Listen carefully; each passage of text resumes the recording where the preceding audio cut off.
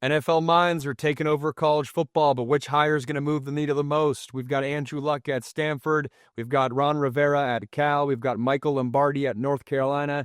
And then now, most recently, Oklahoma announced that Jim Nagy is going to be their general manager. This topic, to me, is one of the more interesting ones in college football. If you followed my content for a little while now, you know that we've seen this coming. As anyone who's deep into college football, you could see it coming. But I remember making a short-form video about 2 years ago saying, guys, the general manager role is coming to college football in a big way. And this feels, the 2025 offseason feels like the turning point, where now no longer is it just guys that were in the recruiting department that kept getting promoted.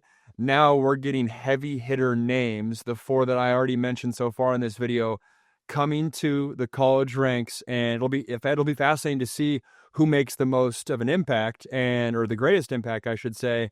And what's most intriguing to me is for head coaches, 98% of them are either former head coaches elsewhere or at different levels, or they get promoted from the coordinator ranks to become a head coach. But what's fascinating about the general manager role is all four of these guys have a different background, or their last stopping point was from a different background. You have Andrew Luck, who's the former player with the big brand name. You got Michael Lombardi, front office NFL guy. You got Jim Nagy, who's more of an NFL scout, executive director of the Senior Bowl, is I believe what his title is. And then Rivera, big-time former NFL head coach. And it will be fascinating over the next 3 to 5 years to see what path do teams start favoring. Is it more important to have a Rivera type that's a head coach background, can kind of speak Justin Wilcox's language at Cal, can kind of fill in if he needs somewhere at a donor dinner, or he can also talk X's and O's and run a team meeting type of energy? Or is Michael Lombardi in that DNA where, hey, he's worked with Bill throughout his entire career, and Bill, I don't want to say he's going to check out, but he can totally delegate team building and player eval to a guy like that. Jim Nagy, I would argue he's more in the weeds of college-specific evaluation, or maybe a better way to put it is Jim Nagy's contact book doesn't change at all. I think if you looked at his call list, it's going to be very similar to the call list that he had 6 months ago. It'll just be with a different pitch. He's in a different seat. Or Andrew Luck, and I made a video back in, I believe, December or January saying that, and this was before all these other guys got hired, but I said Andrew Luck's going to be the new school model for a GM. And I think that's because he just has so much brand equity. And with NIL being the driving force in college athletics, and to be competitive in NIL, you have to have the funds. How do you get funds? You bring in people that get your booster base fired up. And Andrew Luck at Stanford is certainly that. So I went through, and I think there's 4 pillars to what makes a successful GM, or they need to be equipped in 4 pillars to ultimately have success. I think that's recruiting and talent acquisition. I think that's player evaluation and roster building. I think that's the NIL piece from a fundraising perspective. And then this 4th pillar, I'm going to call it a head coach fill-in, or a second you, or a second brain, whatever you want to call it. Those to me are the 4 pillars, and all 4 of these guys rank differently in each of those 4 pillars. So in this video, I'm going to rank on a scale of 1 to 10 with how equipped they are in each of those pillars, and then let you know the final score for each of those guys and break down the pros and cons. And it's cool because I ranked them. I came into this with no agenda. I literally just ranked them 1 to 10 individually, how I thought. And then it spit out a final score, and I kind of like the final score, so I'm going to roll with it. Let's start with Jim Nagy. Jim Nagy, the pros of his hire. To me, it's clearly the biggest, I'll call it, poaching job of all 4 of these. Jim had an established, successful, what appeared to be great position with the Reese Senior Bowl. Like, he is one of the most respected voices when it comes to college evaluation and the through line with the NFL, and he said, you know what? I'm going to leave this good job and go be the GM at Oklahoma. That's a totally different mindset versus the other 3 guys. It was more of a, I'll call it like a second career type of move, or, they were pulled from off the bench rather than from on the field. Jim Nagy was on the field, and I think that, to me, that's the sign of, hey, this is a great hire by Oklahoma. I think his relationship with the NFL side of things and the coach side of things To me, he keeps his same contact list. It's just a different message. I think from a rhythm and a frame of mind, that's not a huge adjustment piece for him. But the cons, and you could say this about really all these guys, is the NIL world's going to be foreign to him. And it's not just the player evaluation piece. Obviously, he's going to be well equipped in that way. But it's the getting the mic. It's rallying the boosters. It's getting them excited about the program. It's selling the program. That piece, I don't know Nagy's background that well, but to me, that'll be a different skill set than what he was asked to do with the Senior Bowl. Compared to Ron Rivera, who's a Cal alum, and Andrew Luck, who's a Stanford alum, they have that brand equity with the fan base. But I still think he's coming from such a prestigious role that if you're a Sooner booster, you're like, hell yeah, I'm glad this guy's on my team. But how does he rank out in each of the 4 pillars I talked about? Recruiting, talent acquisition. I don't really know how he can recruit. He obviously can evaluate, but I don't know. But just based on his background, I'll give him an 8 there. From a player eval roster building standpoint, had a scouting background before he went down the Reese's Senior Bowl route. I'm giving him 10 out of 10. From an NIL fundraising standpoint, I'm giving him an 8.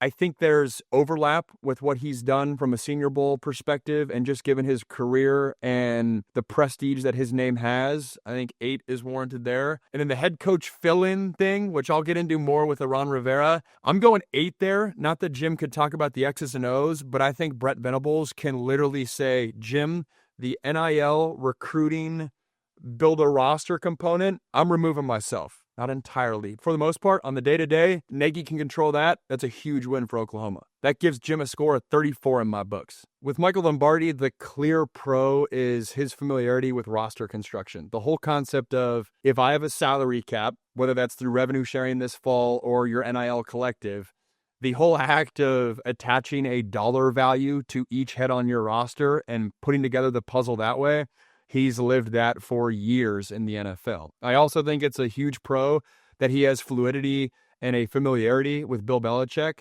When I'm talking with these head coaches, they really just want to delegate. And that's the sensitive act is, if you were once a head coach in college football, you used to have your hands into everything. Now there's only so many hours in the day. You can't both go to a high school recruits game on a Friday and a donor dinner on a Friday. So then now that if you have someone that you're familiar with, that allows you to delegate that task. And I think that familiarity with Belichick is not insignificant. The cons is he doesn't have that collegiate experience, at least not to the degree that maybe not these 4 guys are the best example, but other GMs throughout college football. I think the NIL landscape is going to be new to him. And if you guys follow my content closely, I think one of the most exaggerated things in college football now is saying, oh, it's like the NFL. We're going to bring the NFL blueprint to college sports. That sounds good. That's good buzz terms, but college football is not the NFL. And if it was, we'd have contracts. We'd have a true free agency. We'd have collective bargaining agreement. We'd have a players union. And so it's different. In the NFL, the old Belichick model, it was my way or the highway. Nowadays, if you take that approach, that player is just going to hop in the portal. And so that adjustment to the college ranks will be different. And, his ability to rally the UNC donor base, he has the NFL prestige. People will be used to seeing him on the Pat McAfee show.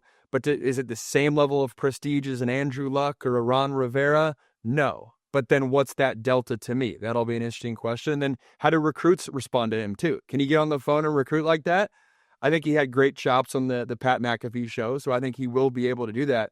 But those are questions. So score-wise, recruiting, talent acquisition, I'm giving him a 5 here, which sounds low, but I do think he'll have to build recruiting folks around him to support with that skill set rather than him being the recruiter. I think his strength is more in the roster building side of things. So I'm going 5 in the recruiting, talent acquisition. I'm going 10 in roster building. I'm going 7 in NIL fundraising. It's kind of like in between. It's not elite, but it's certainly not bad.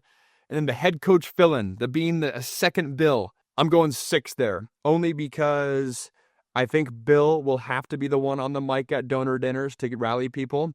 Bill will obviously have to be involved in X's and O's versus I think there's a world where an Andrew Luck or a Ron Rivera gets involved in X's and O's.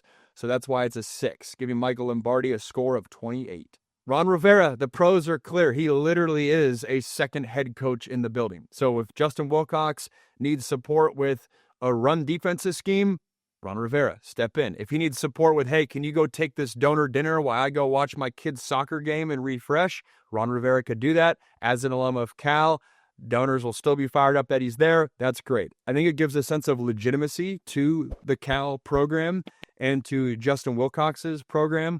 Wilcox has had a lot of offensive coordinators in there. Cal's kind of been in that average middling zone, new conference, a lot of change at Cal. And so to have a guy like Ron Rivera come back and invest in the program is a big deal. I literally have talked with Justin Wilcox about the struggles of delegating and managing every single minute as a head coach and how much more difficult that is. Wilcox is a head coach that's navigated a lot in recent memory. Cal had that whole thing with the pandemic and players becoming ineligible because they had the virus just before kickoff and the travel restraints and some of the budget constraints at Cal and whatnot. All those things, I think Wilcox has navigated superbly, but having another guy in the building that can fill in as yourself, which is what Ron Rivera is a huge value add for Justin Wilcox. The cons, to me, it's recruiting, it's the NIL knowledge, which we've talked about. And I also think it's interesting when you're a guy that can wear all the hats, like a guy like Ron Rivera, to me, since there's no clear precedent of how to channel the GM role, how does that play out? That to me is an uncertainty. Versus Michael Lombardi, you know exactly the lane and the bucket that he falls into. With Rivera, it could be a little bit of everything. And as a result of it being a little bit of everything, is it not necessarily great in one area? That'll be interesting to track. So Ron Rivera, recruiting, talent acquisition, I'm giving him a 7. It's that high because I just think the value of a guy like Ron Rivera getting on the phone with parents or advocating on behalf of the program to a guy who's thinking about going and playing at Cal, that matters. Player eval and roster building, I'm giving him an 8. He took over some bad teams in the NFL. He's evaluated players in the NFL. He's got familiarity there. NIL fundraising, 9. I think he could totally fill in for any donor event that Justin Wilcox is at. If he gets sick, you can put in Ron Rivera. People will be happy. I think it brings a lot of legitimacy to that collective. Giving him a 9 there. And then head coach fill-in, a second U. I'll give it a 9. That gives Ron Rivera a score of 33 in my book. The pros for Andrew Luck. First off, huge brand name. He has more brand equity than Troy Taylor, the head coach.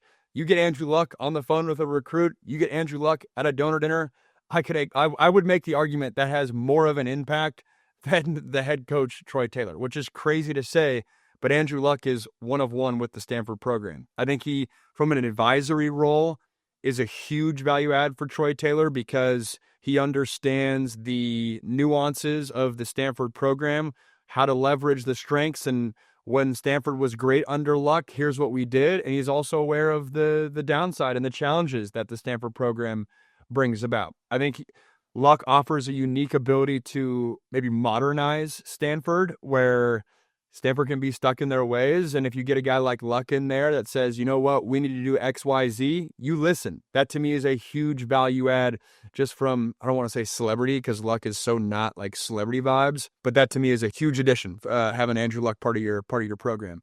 Cons, just has no front office experience, no administrative experience.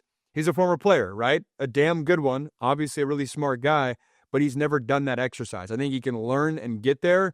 But compared to the other 3 guys, he doesn't have that experience. Like the other 3 guys, I'll have to adjust to the NIL transfer portal nuances. And it really applies to all 3 guys. But like USC, my alma mater, they hired Chad Bowden. He has NIL experience. He doesn't need to go call his buddies to figure out, hey, what's a backup corner going for NIL-wise in the market in the SEC? Like, he's been living that. He knows that. Andrew Luck and all 3 of these guys are going to have to learn that. And then also the cons, and you just never know with former players is, and I don't think this will be Andrew Luck, but I don't think I can make this video without calling it out. When it's a former player, are they coming back ready to grind and build this thing and work 10, 12-hour days? And you know, when you're evaluating your 17th corner on the day, are you digging in and doing that?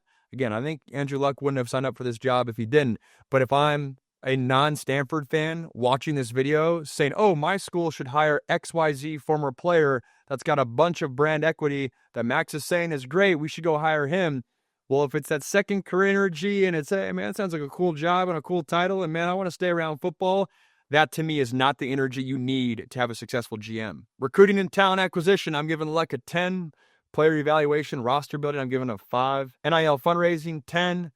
And the head coach fill-in, a second Troy Taylor, I'm giving him an 8. And that also puts Andrew Luck at 33. I did not do that on purpose, I swear. Ron Rivera, Andrew Luck, 2A, 2B. Jim Nagy just above him, Michael Lombardi just below him. I think all 4 guys were great hires, and again, I think it'll be fascinating to watch over the next 3 to 5 years if one of their molds ends up being the attractive mold or leading the charge for how schools in the future try to find their GM and which kind of guy they want heading up that role for their program. This is a fun topic. I'm excited to see who else gets hired. Let me know in the comments who you think is going to have the most success in their general manager role. If you like this video, hit that like button down below. Mean a lot if you subscribe to the channel as well, as we're coming out with football content every single day. Peace, guys.